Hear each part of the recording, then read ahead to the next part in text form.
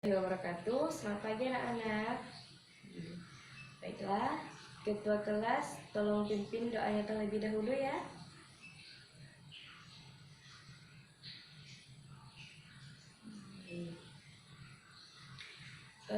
Tolong untuk kenyamanan kita semuanya, bagi yang ada sampah di tempat duduknya atau di bawah mejanya tolong dibuang dulu, dan baju yang belum rapi tolong dirapikan terlebih dahulu.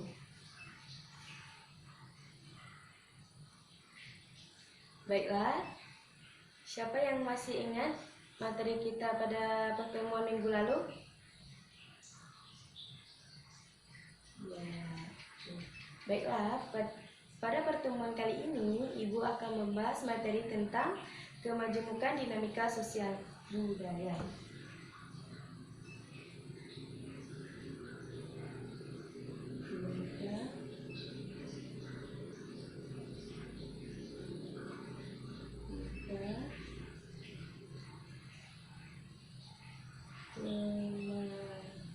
Kemajemukan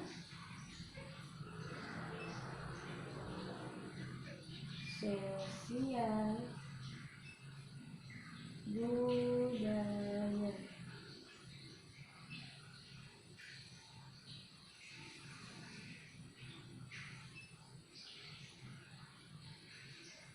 Ya, kemajemukan dinamika sosial budaya, yang mana Indonesia dikenal dengan keberagaman, dan keberagaman tersebut berasal dari kata ragam yang berarti banyak jenis dan banyak macam. Keragaman manusia dimaksudkan bahwa setiap manusia memiliki perbedaan, dan perbedaan tersebut dikarenakan manusia merupakan makhluk individu yang setiap individu memiliki ciri-ciri yang berbeda. Adapun salah satu ahli teori menyatakan bahwa masyarakat di suatu kota dibedakan menjadi dua hal, yaitu yang pertama secara horizontal dan secara vertikal. Adapun secara horizontal kita bedakan menjadi 5, yaitu yang pertama etnik dan ras atau asal-usul keluarga, yang kedua yaitu bahasa, yang ketiga yaitu agama, yang keempat yaitu adat istiadat, dan yang kelima yaitu pakaian, makanan, dan material lainnya. Sedangkan secara vertikal dapat dikelompokkan berdasarkan 5 juga. Yang pertama yaitu penghasilan atau ekonomi, dan yang kedua yaitu pendidikan, yang ketiga yaitu permukiman, yang keempat yaitu pekerjaan, dan yang kelima yaitu sosial politik. Keberagaman dan kemajemukan dalam masyarakat selalu membawa perubahan dan perkembangan. Kemajemukan dalam masyarakat dapat dibedakan menjadi dua hal yang saling berkaitan, yaitu yang pertama yaitu kemajemukan sosial dan budaya. Kemajemukan sosial dan budaya.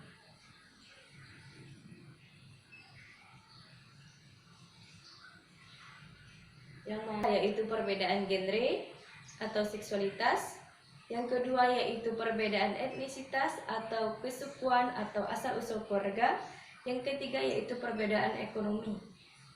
Yang mana perbedaan genre tersebut dilihat dari kerangka sosial yang diciptakan oleh manusia dan dikembangkan.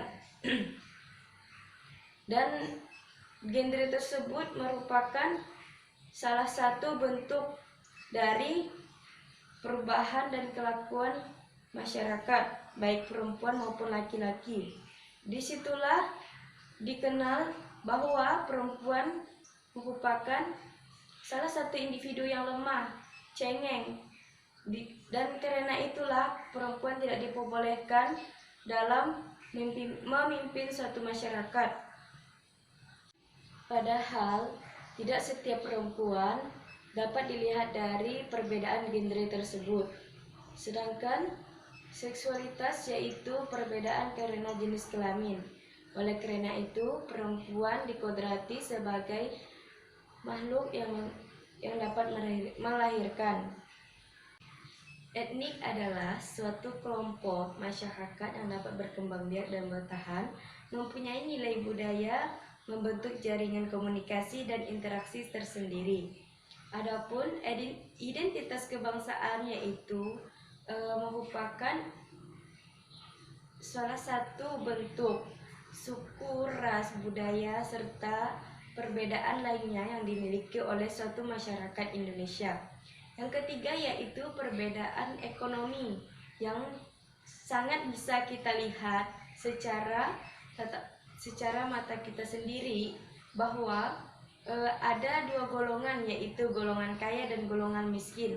Nah, dari situlah kita dapat mengetahui bahwa adanya kesimpangan atau kecemburuan yang dapat merusak persatuan dan kesatuan di masyarakat Indonesia. Keberagaman dan kebudayaan adalah ibarat dua sisi mata uang yang saling berkaitan. Kebudayaan berasal dari bahasa Sanskerta yaitu budaya, yang dalam bentuk jamaknya yaitu budi, yang berarti budi akal. Oleh karena itu, kebudayaan merupakan hal-hal yang berkaitan dengan budi dan akal. Dengan adanya keberagaman dan kebudayaan di Indonesia, agar tidak terpecah belahnya kesatuan negara Indonesia, maka Indonesia menciptakan salah satu dasar negara, yaitu Pancasila. Pancasila merupakan salah satu pedoman bagi bangsa Indonesia, yaitu Pancasila. Hubungan dengan Pancasila. Oleh karena itu, kita harus menjaga nilai-nilai Pancasila yang paling utama, yaitu terdapat pada sila ketiga yang berhubungan dengan keberagaman, yaitu yang berbunyi Persatuan Negara Indonesia. Sehingga dengan kita mengamalkan nilai tersebut agar dapat terjaganya kesatuan negara Indonesia. Dengan banyaknya kebudayaan di Indonesia, apakah ada pengaruh luar bagi negara Indonesia, anak-anak? Ya, tentu ada. Pengaruh luar terhadap kebudayaan Indonesia. Pengaruh luar terhadap kebudayaan negara Indonesia.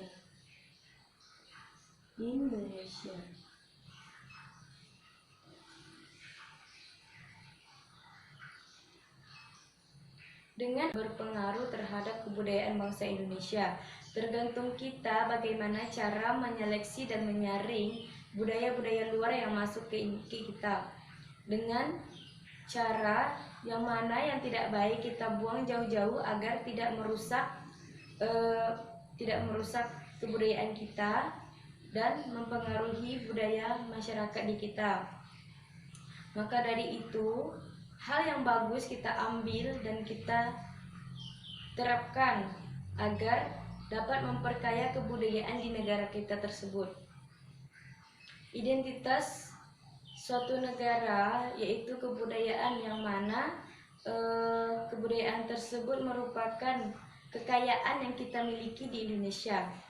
Adapun keramaian pada saat ini, kebudayaan tersebut mulai enggan dilestarikan oleh masyarakat di Indonesia, terutama anak muda, sehingga tidak terwujudnya suatu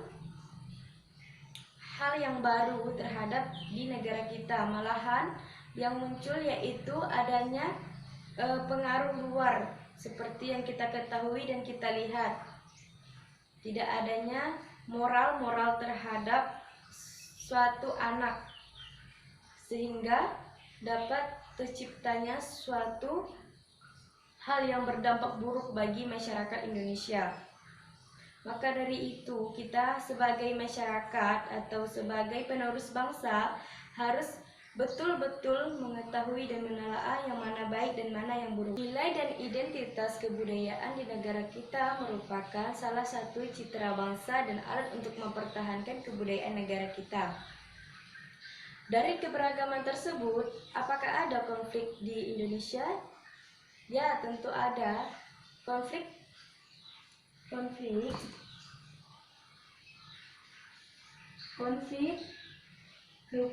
keberagaman sosial budaya. Konflik keberagaman sosial budaya ini dapat dibedakan menjadi 3, yaitu yang pertama,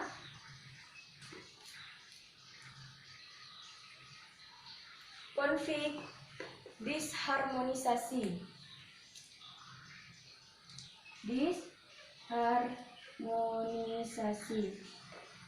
Yang kedua yaitu konflik diskriminatif. Yang ketiga yaitu konflik eksklusivisme.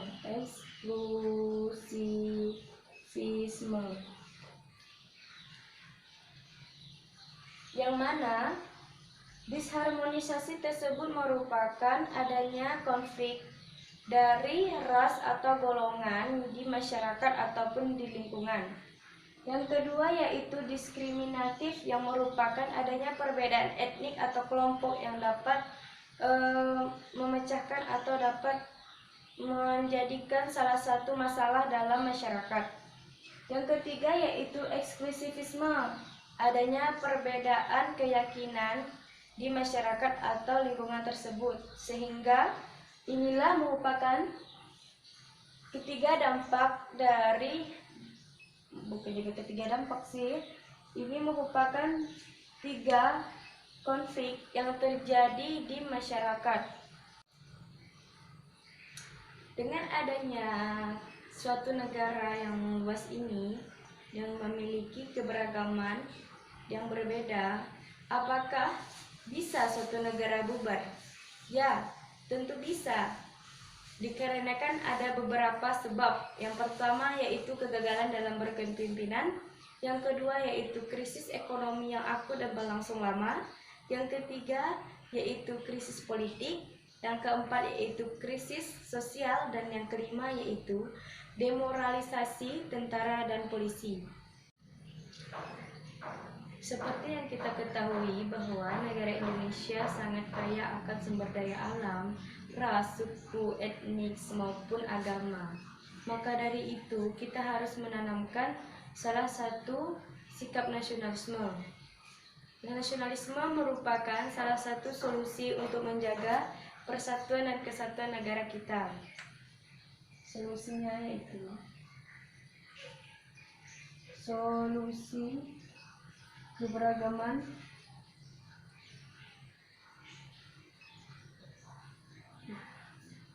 negara Indonesia.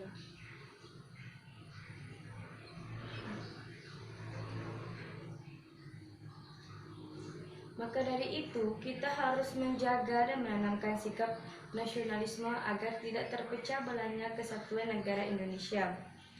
Ancaman tidak hanya datang dari luar negeri, melainkan ancaman bisa juga datang dari dalam negeri. Yang mana Indonesia kaya akan sumber daya alam. Nah, dari sumber daya alam tersebutlah yang dapat mengancam persatuan dan kesatuan negara Indonesia. Yang kedua yaitu adanya ketimpangan sosial dalam pembangunan. Yang mana perbedaan yang dapat kita lihat yaitu di daerah kota dan daerah terpencil pasti ada ketidakseimbangan dalam pembangunan, sehingga adanya timbul masalah kecemburuan sosial dari daerah terpencil dan daerah kota. Maka dari itu kita harus menanamkan sikap nasionalisme agar tidak terpecah belahnya rasa persatuan dan kesatuan negara Indonesia, dan negara Indonesia akan tercipta aman dan nyaman. Selanjutnya yaitu keadaan budaya Indonesia saat ini. Kebudayaan Indonesia saat ini. Kebudayaan Indonesia saat ini.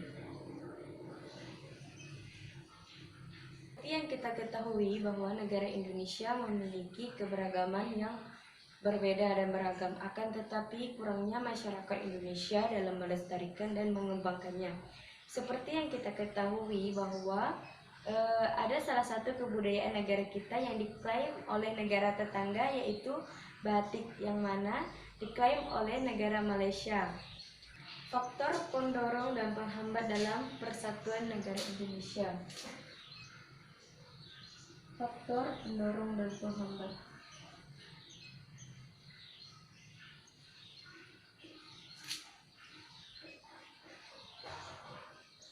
Faktor pendorong dan penghambat dalam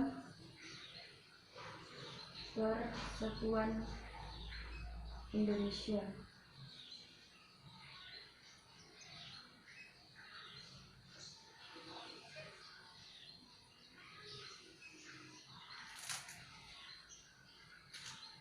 Faktor pendorong dalam persatuan negara Indonesia yaitu sikap nasionalisme, yang mana sikap nasionalisme adalah paham atau ajaran untuk mencintai negara kita sendiri.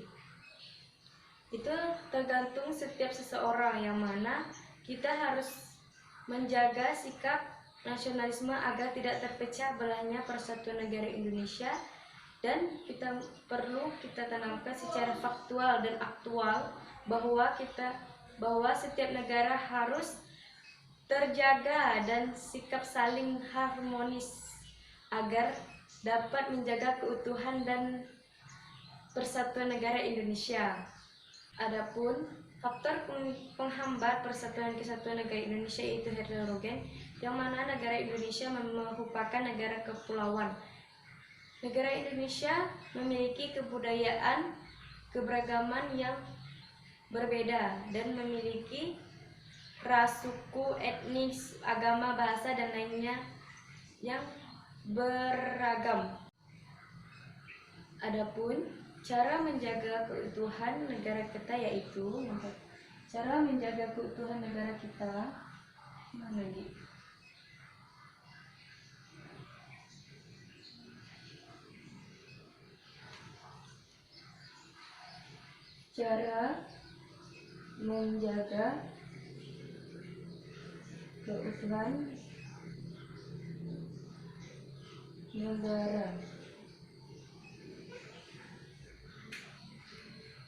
Dulu, para pahlawan berperang dan berunding dengan negara lain untuk mendapatkan suatu wilayah, sehingga dapatlah pahlawan wilayah Indonesia, yang mana itu bukan hanya semata wilayah, akan tetapi berserta di dalamnya. Kedua yaitu menjaga wilayah dan kedaulatan bangsa, yang mana wilayah tersebut merupakan suatu kedaulatan yang harus kita jaga. Jangan sampai wilayah tersebut dirampas dan diambil oleh negara asing. Adapun cara untuk menjaga persatuan negara Indonesia yaitu saling menghormati. Indonesia memiliki banyak macam dan banyak jenis, termasuk dari suku, agama, ras, bahasa, maupun adat istiadat. Maka dari situ kita harus menjaganya agar terjaga keutuhan negara kita. Yang kedua yaitu sikap menaati peraturan. Dengan kita menaati peraturan, maka negara kita akan tentram dan damai, sehingga tidak adanya kekacauan dan kericuhan terhadap negara kita sendiri. Baiklah, materi pada pertemuan kali ini telah Ibu sampaikan. Apakah ada yang tidak mengerti atau ingin dipertanyakan? Baiklah, sudah mengerti semuanya. Jadi, negara Indonesia merupakan negara kesatuan dan keberagaman. Dari keberagaman tersebut dapat kita lihat dari perbedaan etnis, agama, ras, suku, bahasa, adat istiadat, dan lainnya. Akan tetapi dari keberagaman tersebut harus kita jaga dan kita lestarikan, dan kita selalu harus saling menghormati dari perbedaan-perbedaan yang ada di negara kita. Dan adapun konflik yang terjadi di negara kita yaitu konflik disharmonisasi, diskriminatif, dan eksklusivisme. Dari ketiga konflik ini harus kita hindari, jangan sampai terjadi di negara kita lagi. Dan pada pertemuan kali ini, Ibu menyuruh kalian untuk merangkum semua dari apa yang Ibu jelaskan. Ada suatu pepatah mengatakan bahwa suatu negara tidak akan menjadi negara besar jika suatu negara tersebut tidak mengetahui jati diri negara tersebut. Baiklah, sampai di sini pertemuan kita kali ini. Ibu minta maaf jika ada salah kata atau sikap. Baiklah, Ibu akhiri. Wabillahi taufiq wal hidayah. Wassalamualaikum warahmatullahi wabarakatuh.